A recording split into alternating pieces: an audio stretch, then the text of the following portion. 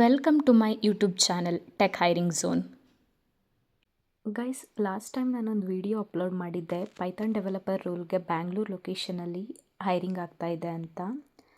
So ನನಗೆ ಒಬ್ಬರು resume send ಮಾಡಿ ನನಗೆ ರೆಫರೆನ್ಸ್ ಕೊಡಿ ಅಂತ ಪಿಂಗ್ ಮಾಡಿದ್ರು.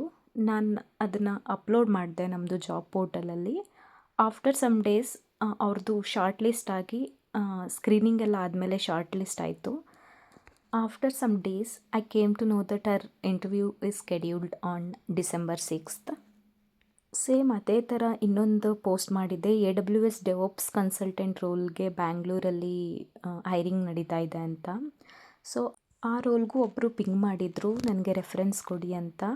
ಸೊ ನಾನು ಅವ್ರನ್ನ ರೆಫರ್ ಮಾಡಿದ್ದೆ. ಅವ್ರದ್ದು ಆಫ್ಟರ್ ಸ್ಕ್ರೀನಿಂಗ್ ಅವ್ರದ್ದು ಶಾರ್ಟ್ ಲಿಸ್ಟ್ ಆಗಿದೆ.